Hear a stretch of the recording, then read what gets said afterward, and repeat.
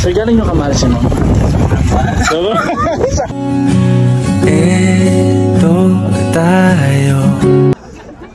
sana all. Yung sikreto nyo yung dalawa.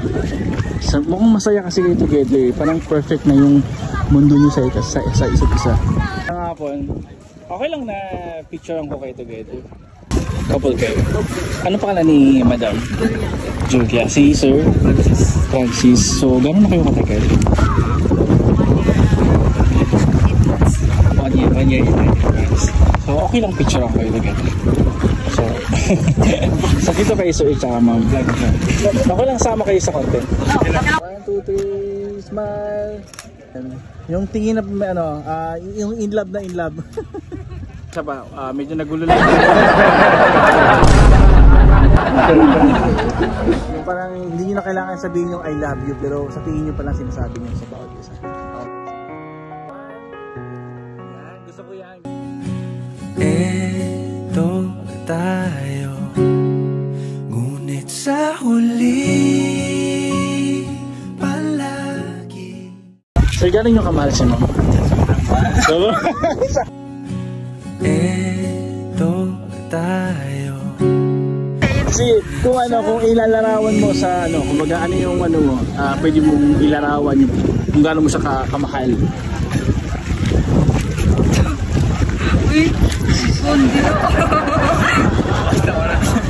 Ano? Sobrang mahal. Sobrang mahal. So hindi mo talaga masuwat, kumbaga hindi mo ma-explain yung pagmamahal mo sa kanya. Kasi ano na lang yung nagustuhan mo kay ma'am?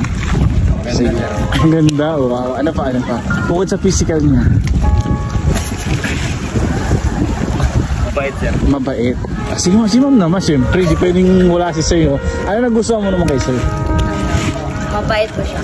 Mabait. Tsaka, ano pa? Mabait. Parang napilitan na gwapo.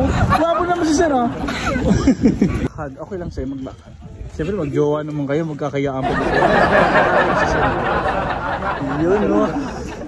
Sana all. Yan, no?